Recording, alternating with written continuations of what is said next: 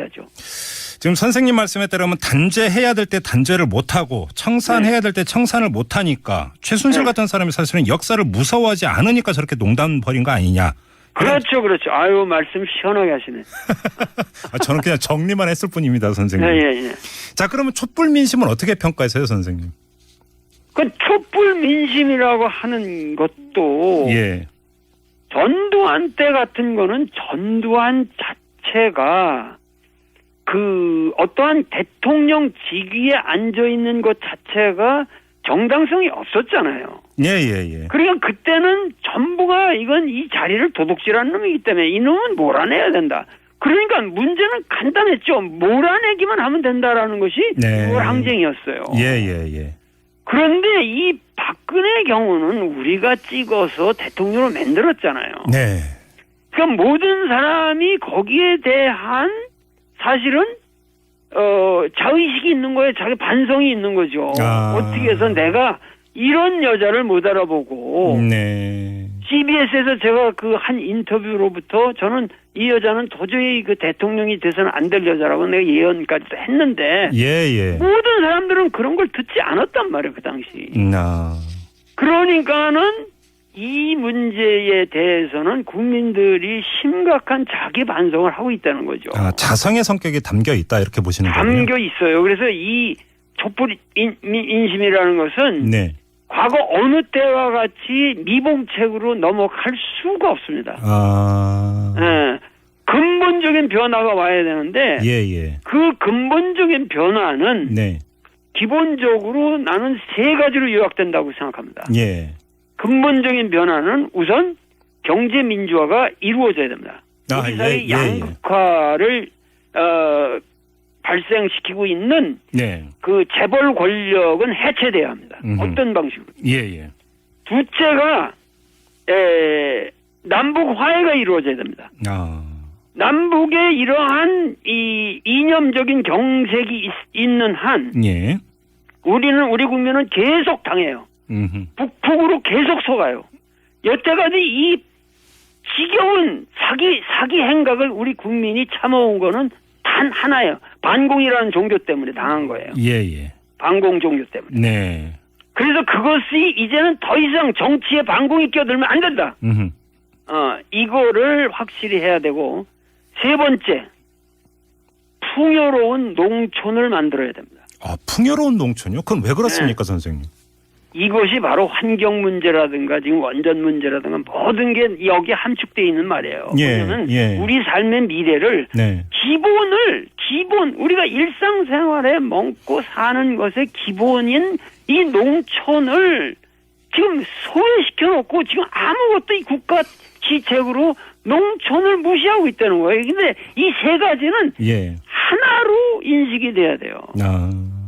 그래야만 요번 촛불 민심이 소기하는 바 역사의 사명을 달성할 수 있다. 그러면 선생님 박근혜 대통령은 어떻게 해야 될까요? 당장 하야죠. 지금 이 순간에 우리 이 라디오를 듣고 충격을 받으셔가지고 좀 내려오셔야지. 그리고 왜냐하면 내려올수록 하루 빨리 내려올수록 자기 부모한테 죄를 덜 저지르는 것이고 국민의 민생을 살리는 거예요. 민생. 근데 지금 청와대에서 나오는 얘기는 하야 안 하니까 차라리 탄핵하라 이런 얘기가 좀 흘러나오고 있지 않습니까? 그러니까 탄핵해야죠. 탄핵할 수밖에 없죠. 자기가 탄핵을 자처하고 있는 거고 탄핵은 분명히 성공합니다. 성공합니까? 합니다. 헌법재판소에서도 탄핵 심판이 그런 결론을 내릴 거라고 그렇게 확실하게 그거는 법관들이 예를 들면 지난번에 이 수도를 옮기느냐 이런 거는 해석의 여지가 있잖아요. 찬반의 여지가 있고. 그러나 이거는 사회 불이아니에요.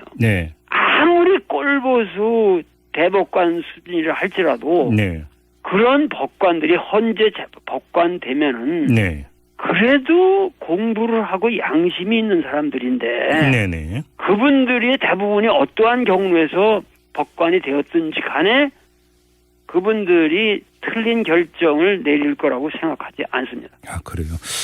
자, 그리고 선생님께서 사실은 박근혜 대통령을 향해서 하야라는 말을 꺼낸 첫 번째 분이 아닐까 싶은 생각이 좀 드는데요. 2014년 세월호 참사 때 선생님께서 박근혜 대통령은 이 문제에 대해서 책임지고 대통령직을 하야해야 한다 이런 말씀하신 적이 있잖아요.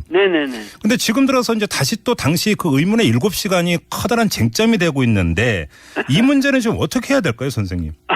그거는 반드시 밝혀야죠. 밝혀야 되고 왜 그때 그렇게 신속한 대처가 안 됐었는지 그 세월호의 비극은 반드시 밝혀서 이 역사에 이 공자님도 말씀하신 게 가장 뭐냐면 원을 남기면 안 돼요. 원망. 그러니까 이 니체가 말하는 르스당티망이라는 건데 그 소위 말해서 이 세월호의 원망을 남겨놓는 한 우리 역사는 민주화될 수가 없어요. 그 핵심은 7시간을 밝히는 겁니다. 근데 그건 밝혀질 수밖에 없어요. 이미 그건 밝혀지고 있는 거예요. 그렇게 평가하세요? 지금 나오고 있는 이야기들이 과정이라고 보세요, 선생님? 그렇죠. 거기에 뭐 여러 가지 설이 있다고 그러지만은 그 진실은 밝혀집니다. 알겠습니다. 그럼 이 점을 좀 여쭤볼게요, 선생님. 지금 이 박근혜 최순실 게이트가 불거진 이후 2달 넘게 이제 시간이 흘러왔는데 이 기간 동안에 야권의 대처나 이런 것들을 어떻게 평가하세요? 야권의 대처도 뭐 좀 미흡한 데가 있다고는 말할 수 있겠지만 그 야권이 지금 이 상태에서 그러니까 정치 역학적으로 새로운 변화가 일어나는 것은 아무 문제 없습니다. 당의 지형도 변화할 수도 있고 뭐 또 하지만 그 야권의 뜻 있는 지사들이라면 이 사태에 대해서 어느 정도 대의에 대한 존중의 감각을 가지고 이 사태를 잘 극복하리라고 저는 믿습니다. 새누리당 같은 경우는 내부 분란을 거듭하다가 이제 탈당이 시작이 됐는데요. 이런 과정은 필연이다 이렇게 평가를 하세요, 선생님? 그러니까 김무성 같은 사람이 그동안 완전히 죽어 있었다가 요번에 멋있는 수를 두었는데 나는 정치인으로서는 탁월하게 평가해 줄 것이 있다. 야당 의원도 배울 게 있다.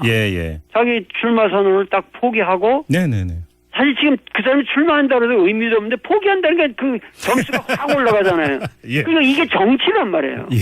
근데 그런 말을 그 포인트에서 하기 어려운 거예요. 그러니까는 김무성이라는 사람이 보통 사람이 아니라는 거지 이게. 무서운 사람이 어떤 의미에서. 그러면서 결과적으로 이 사람이 노리는 건 뭐야? 보수 세력을 살려야 된다.